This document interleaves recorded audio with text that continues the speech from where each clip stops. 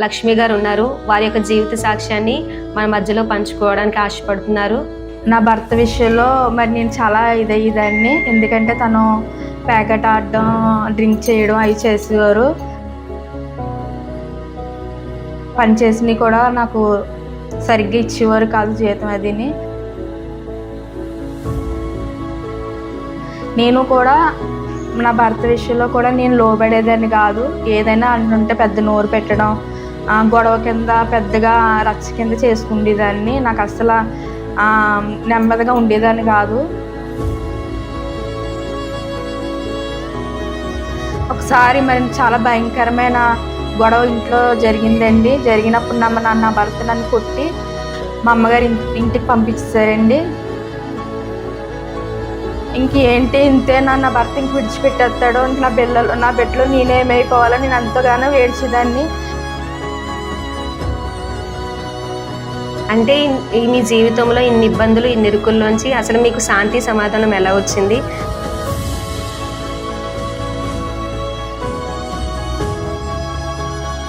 నా బుర్రది ఏదోలాగా అయిపోయి ఇంకేంటి నా బ్రతికి అయిపోయిందా నేను ఎంతో ఏడుస్తున్నప్పుడు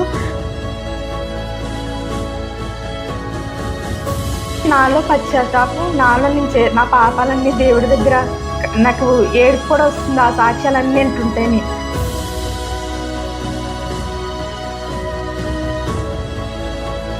నా జీవితాన్ని కట్టేవారు మీరని ఇంక దేవుడు నాతో మాట్లాడుతూనే ఉంటున్నాడు. ఇంక నేను సన్నిధికి ఎప్పుడు వెళ్దామా, దేవుడు నాతో ఏం మాట్లాడతాడని నేను సన్నిధికి పరిగెడుతూ వచ్చేదాన్ని. ఈరోజు ఇలా ఉన్నామంటే కేవలం దేవుని కృప.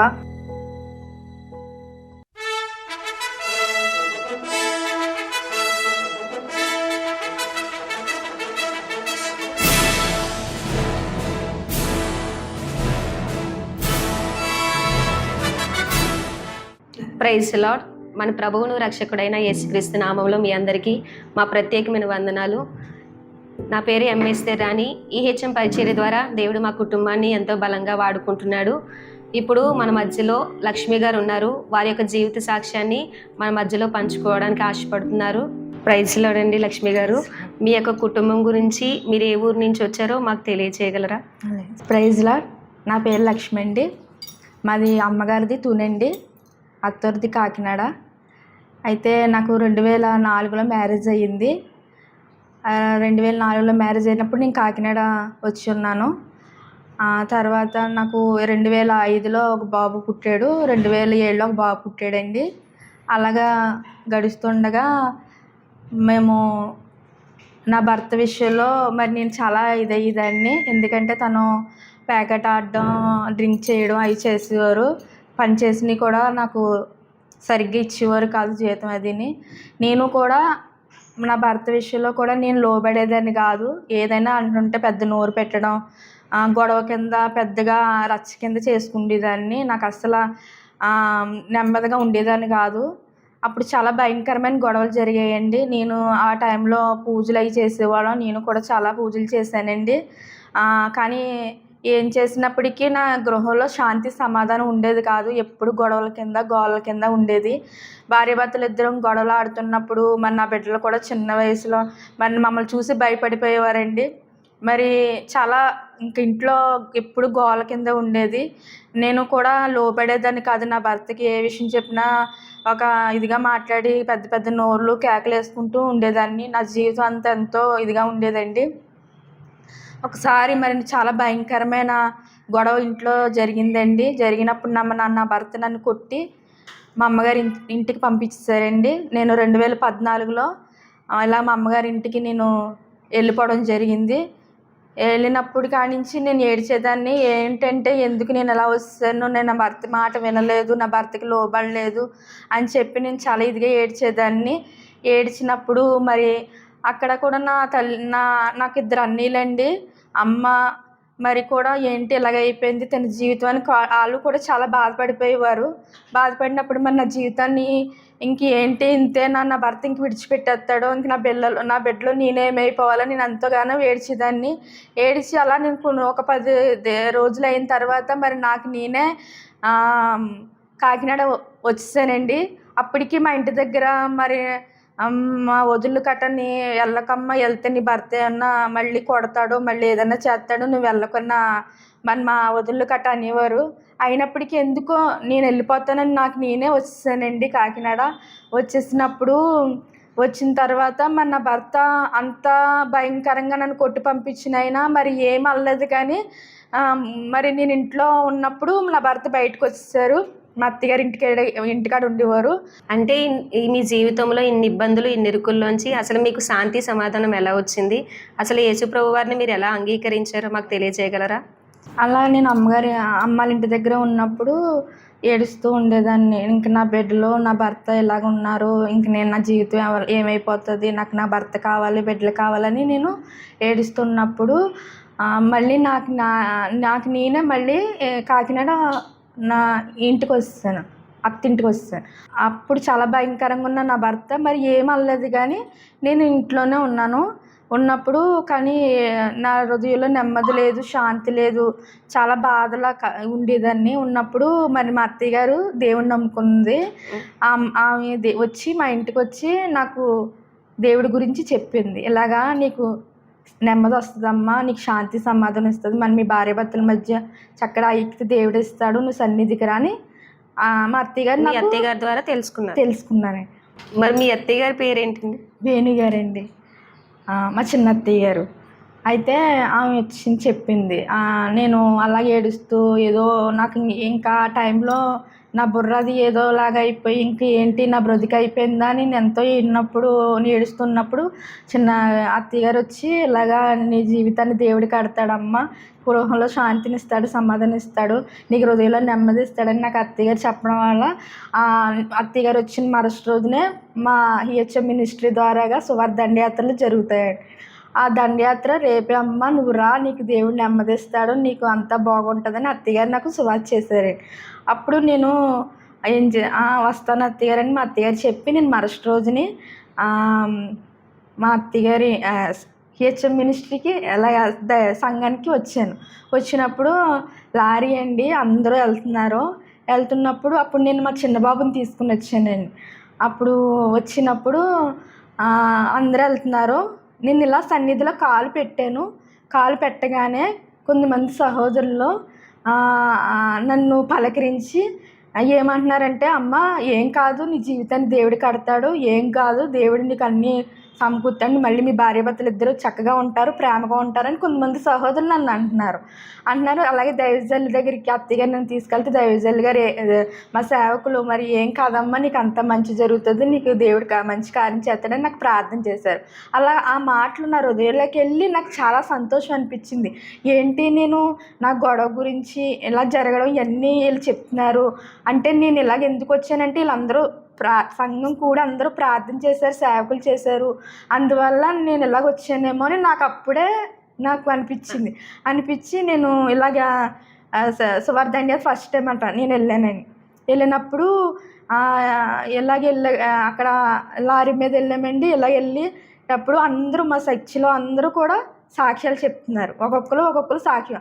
ఆ సాక్ష్యాలు వింటుంటే నాలో మార్పు ఎలా అంటే నా జీవితాన్ని దేవుడు కడతాడు, దేవుడు గొప్పవాడు అని చెప్పి నాలో పశ్చాత్తాపం, నాలో నుంచి నా పాపాలన్నీ దేవుడి దగ్గర నాకు ఏడుపు కూడా వస్తుంది ఆ సాక్ష్యాలన్నీ వింటుంటేని.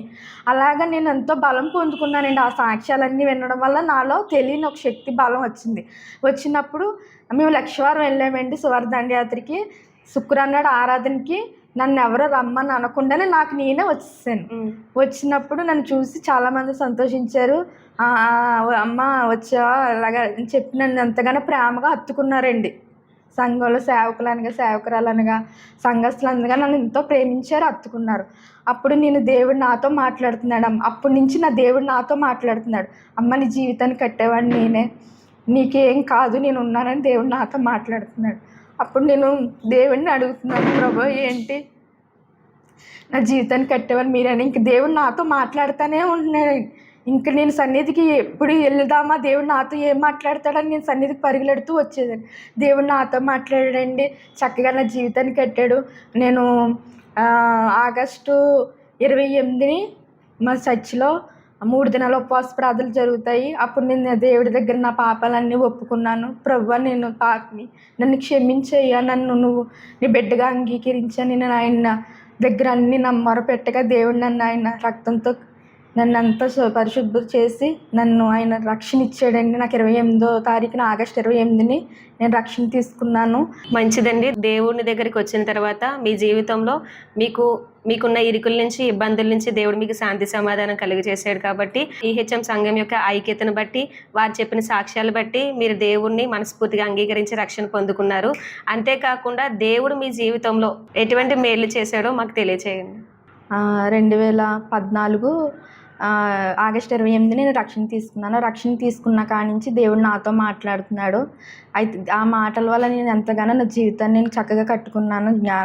మరి అక్కడి నుంచి నా కుటుంబంలో శాంతి సమాధానం రావడం నేను చూశానండి. భార్యాభర్తల మధ్య మరి నా భర్త కూడా నన్ను ప్రేమించడం, ప్రేమగా ఉండడం, అలా చక్కగా మేము ఉండేవాళ్ళం.